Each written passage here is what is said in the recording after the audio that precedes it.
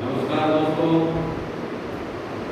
पिछली क्लासों में हमने दिल्ली सल्तनत के जो विविध राजवंश थे उनका राजनीतिक इतिहास का अध्ययन किया। एक एक वंश के एक एक सुल्तान के व्यक्तित्व और कर्तृत्व का अध्ययन किया। और आज हम दिल्ली सल्तनत के जो प्रशासनिक व्यवस्था थी उसके बारे में अध्ययन करेंगे कि दिल्ली सल्तनत में प्रशासनिक व्यवस्था में कौन कौन से मॉडल थे, प्रशासन कितने भागों में विभक्त था, कौन कौन से अधिकारी और कर्मचारी थे, कौन कौन से विभाग थे, सेना की क्या व्यवस्था थी, ये हम प्रशासनिक व्यवस्था के अंदर सब देखेंगे। तो दिल्ली सल्तनत का जो प्रशासन था वो बेसिकली धर्म प्रधान था। जो इस्लाम धर्म था वो उनका केंद्रीय विषय था और धर्म के इर्द गिर्द पूरा प्रशासन, पूरी राजनीतिक होती थी। इसलिए ये धर्म प्रधान राज्य था।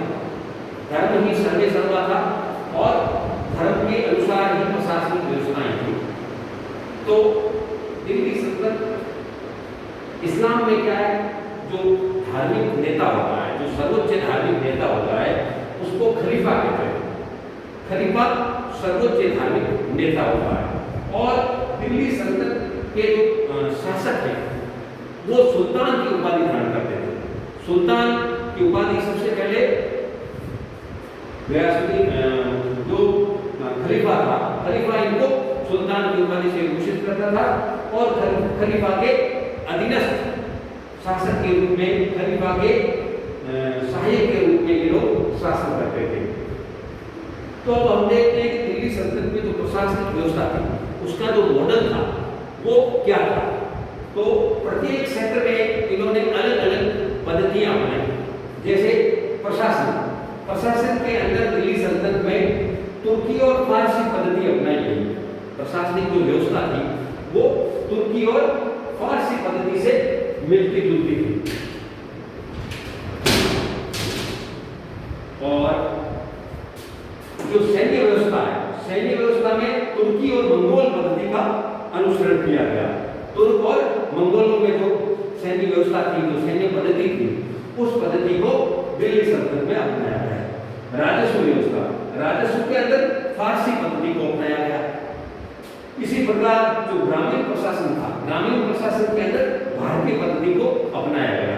तो इस प्रकार हम देखते हैं कि दिल्ली सल्तनत में प्रशासन के प्रत्येक जो क्षेत्र है उनमें अलग अलग तरह के मॉडल अपनाए गए हैं।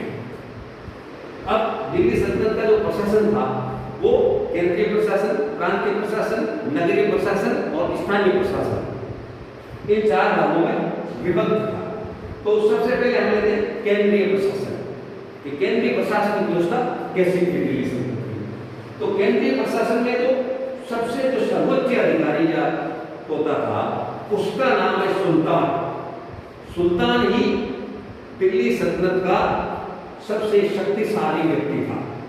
सुल्तान प्रशासन, न्याय और सैन्य विभाग का सर्वोच्च अधिकारी था या अंतिम अधिकारी था। तो सेना, प्रशासन और न्याय का अंतिम निर्णय करने वाला सुल्तान था। तो सुल्तान एक तरह से शक्तियों का पुंज था और सुल्तान निरंकुश प्रणाली से शासन करता था। सुल्तान मुख्यतः निरंकुश होता था, लेकिन उसकी निरंकुशता के ऊपर अमीर, उलेमा और शरीयत के नियमों से नियंत्रण रखा जाता था।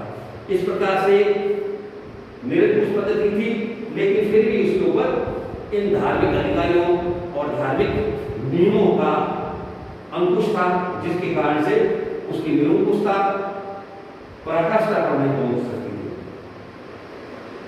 मोहम्मद गजनवी पहला सुल्तान था जिसने सुल्तान की उपाधि धारण की और ये सुल्तान सब के सब खलीफा के नायब थे।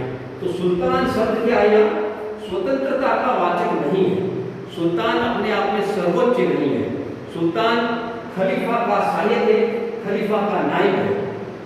जबकि मुगल काल में देखेंगे, मुगल शासकों ने बादशाह या बादशाह की उपाधि धारण की, जो कि सर्वोच्चता की ओर इशारा करती है। और मुगल जो सुल्तान, मुगल जो बादशाह थे वो सर्वोच्च शासक थे, वो किसी के अधीनस्थ नहीं थे। जबकि दिल्ली सल्तनत में जो सुल्तान है वो खलीफा के अधीनस्थ शासक है। खलीफा के नायब है, खलीफा के सहायक है। तो इस प्रकार से हम देखते हैं कि खलीफा क्या है, इस्लाम का सर्वोच्च नेता है, धार्मिक नेता है, और उसके लिए अधीनस्थ है, उसके लिए सहायक है, उसके लिए नायब है, जिससे ये प्रतीत होता है कि जो दिल्ली सल्तनत की जो प्रशासनिक व्यवस्था थी वो धर्म केंद्रित प्रशासनिक व्यवस्था थी। अच्छा, सुल्तान के अलावा अब हम देखते हैं अलग अलग कौन कौन से विभाग हैं। तो सबसे प्रमुख था दीवान ए विजारत। दीवान ए विजारत, दीवान ए विजारत वित्त विभाग को कहा जाता था। वित्त विभाग था, उसका नाम था दीवान ए विजारत, और इसका जो प्रमुख होता था वो वजीर कहता था। इसका काम था राजस्व और आय व्यय का ब्यौरा पेश करना, राजस्व की देखभाल करना, व्यवस्था करना, राजस्व इकट्ठा करना और आय व्यय का प्रतिवेदन करना। ये दीवान विजारत विभाग का काम था। लेकिन इस वित्त विभाग के अंदर अनेक से विभाग और आ जाते हैं, अनेक से अधिकारी इसके अंदर शामिल किए गए, क्योंकि सुल्तान के पश्चात अगर कोई विभाग सबसे शक्तिशाली था तो वो था दीवान विजारत और वजीर। सुल्तान की अनुस्थिति में वजीर ही सबसे शक्तिशाली व्यक्ति होता था। इस वजीर की सहायता के लिए अनेक अधिकारी नियुक्त किए गए थे, जैसे नायब वजीर, वजीर का जो सहायक होता था उसको नायब वजीर कहा जाता था। मुशर्रिफ ए मुमालिक, मुशर्रिफ ए मुमालिक मतलब महालेखाकार, महालेखाकार को मुशर्रिफ ए मुमालिक कहा गया। मुस्तौफी ए मुमालिक, मुस्तौफी ए मुमालिक मतलब महालेखा परीक्षक, महालेखा परीक्षक। तो महालेखाकार और महालेखा परीक्षक दोनों की नियुक्ति थी। खजांची जो खजाने की व्यवस्था करता था। दीवान ए रियासत, दीवान ए रियासत क्या था, तो अलाउद्दीन खिलजी ने बाजार नियंत्रण नीति लागू की थी, हमने देखा था।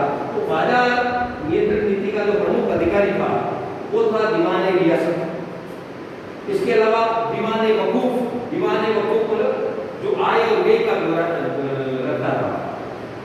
दीवान ए मुस्तखराज जो सरकारी अधिकारी थे, उनका जो बकाया था उस बकाया को वसूल करने वाला काम दीवान ए मुस्तखराज करता था।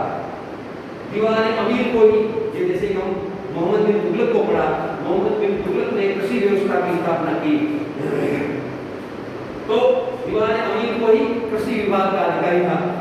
तो ये इस दीवान ए विजारत के अधीन या वजीर के अधीन जो अधिकारी काम करते थे, जिनका सहायक विभाग थे, वो ये थे।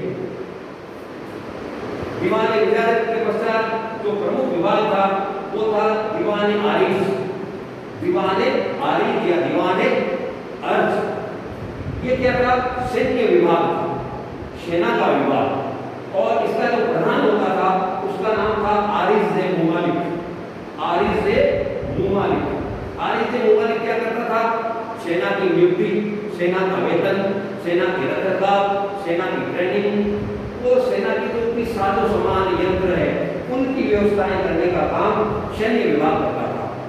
और सुल्तान का जो प्रमुख विश्वास पात्र व्यक्ति होता था उसी को कभी आरिज ए मुमालिक का पद दिया जाता था। अगला विभाग है दीवान ए इंसा, दीवान ए इंसा। दीवान ए इंसा क्या था, पत्राचार विभाग, शाही पत्राचार विभाग को दीवान ए इंसा कहा जाता था। और इसका जो प्रमुख होता था उसका नाम था तबीर ए मुमालिक, तबीर ए मुमालिक। तो सुल्तान के द्वारा जो भी आदेश जारी किए जाते थे उन आदेशों की प्रति तैयार करना, या जो विभिन्न अधीनस्थ अधिकारी और जो कर्मचारी है या जो शासक है उनके जो पत्र आते थे उन पत्रों का ब्यौरा रखना इस विभाग का काम था। अगला विभाग है धार्मिक विभाग। धार्मिक विभाग का जो प्रमुख होता था उसका नाम है सद्र उस सुदूर, सद्र उस सुदूर, जो धार्मिक व्यवस्थाओं की देखभाल करता था। फिर है न्याय विभाग। न्याय विभाग का जो प्रमुख न्यायाधीश होता था उसको काजी उल कुज्जात, काजी उल कुज्जात कहा जाता था।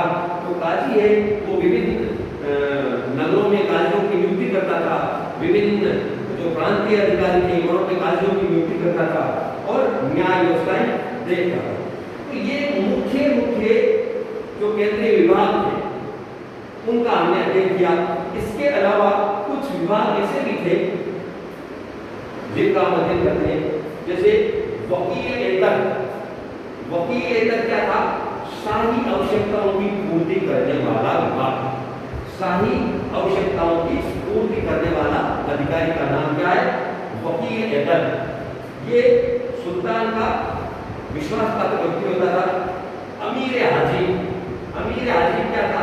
कि दरबारी शिष्टाचारों का देख-रेख करना, दरबारी शिष्टाचारों का नियमन करवाना, दरबारी शिष्टाचारों का पालन करवाना इस अधिकारी का काम था। तो ये था अमीर-ए-हाजिम। इसके अलावा कोतवाल, जो नगर का जो प्रमुख होता था, उस नगर के प्रमुख को कोतवाल कहा जाता था।